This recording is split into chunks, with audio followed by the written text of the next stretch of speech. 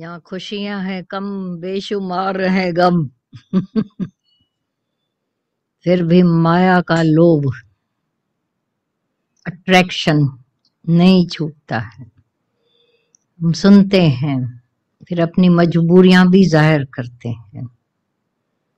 सबके पास तर्क होते हैं बहुत, क्या करें, माया के सिवा कौन चल सका है। ऐसे ही बंगला बना होगा बिना माया के, ऐसे ही आए होंगे बिना माया के, किराया भी तो चाहिए। ये तो इतने आप लोगों के पास भी एक अनेक तर्क है।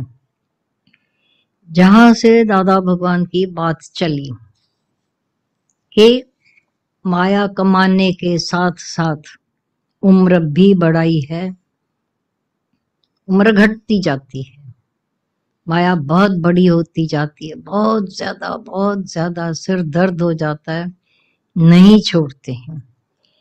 ये कमाने से इनकारी व्यक्ति जो इनकार कर सकते हैं। भजन चल रहा था, लास्ट पैरा, अब मुझे मोहे शुद्ध रूप बना दे गुरु।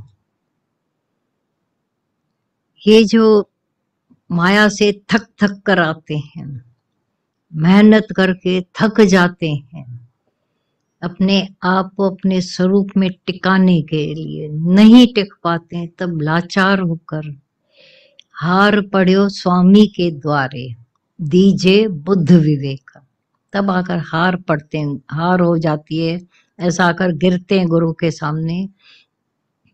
गुरु मुझे अब माया नहीं चाहिए, दीजिए बुद्ध विवेक का, मुझे वो विवेक वाली बुद्धि दीजिए जिसे मैं अलग अलग कर सकूं, माया क्या है, भगवान क्या है, दुख देने वाला मेरे को कौन था, कौन है। ये जब विवेक वाली बुद्धि जागृत हो जाती है, आती इसी पर्पस के लिए। फिर जो माया की तरफ बहुत लगाव था, अट्रैक्शन था, वो स्लोली स्लोली आप देखते हो वो हटता जाता। हटाना नहीं पड़ा, वैराग्य काम कर देता है, जो उस माया से उपरामता आ जाती है, धिकार नहीं आती है, उपराम होते जाते हैं। किसके लिए? सुना ना, बच्चों के लिए करते हो। बच्चे तुम्हारी कभी न कभी ऐसी हरकतें कर बैठते हैं कि धक्के लगते हैं। दुनिया पीठ में धक्के लगाती है, अपने वाले हमारी छाती पर मुक्के लगाते। पर ऐसा है, 100 जूते खाए तमाशा घुस कर देखो। वैराग्य ना कठिन है, इसीलिए राजा जनक की इतनी महानता की गई है कि उसको सहज वैराग्य आ तो गया सपने से, फिर भी गुरु से पूछ रहा है टोटल वैराग्य कैसे आवे, टोटल ज्ञान। अधूरा सधूरा वैराग्य सब में होता है, जब हम आते हैं सत्संग में तो अधूरे सधूरे तो होते ही हैं।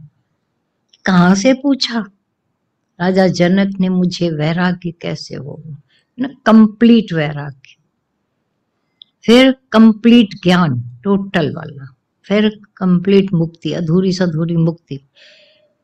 जिसको ये अंदर तलब हो जाती है, उस वैराग्य के लिए भी जागरण करता है, जाग जाता है।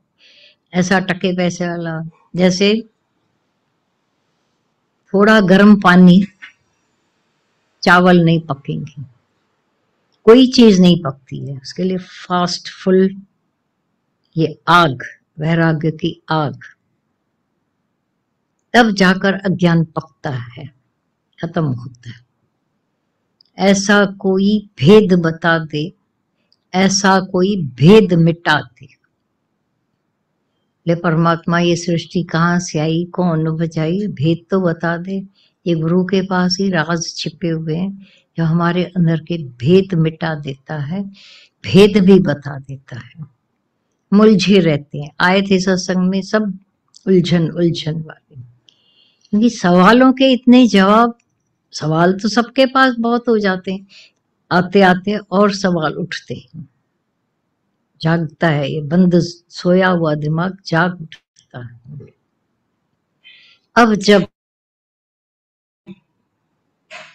मुझे शुद्ध रूप बना दे, मेरा अज्ञान मिटा दे, मेरा भय मिटा दे।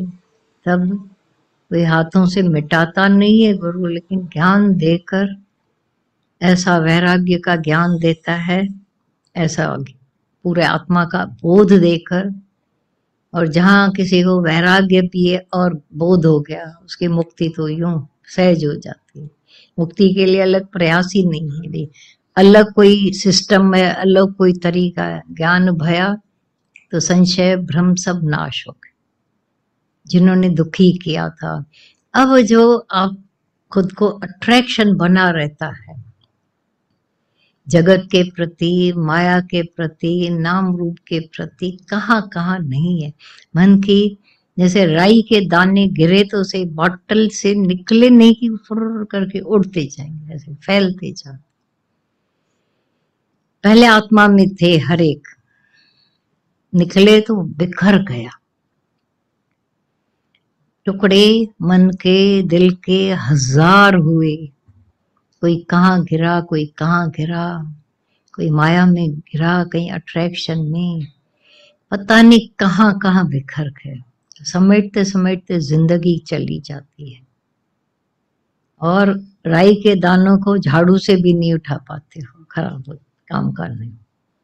दिल को भी हम और तरीकों से जोड़ भी नहीं पाते हैं, टूट टूट जाते हैं। टूटे हुए दिल के टुकड़े थे, हजारों थे, हजार।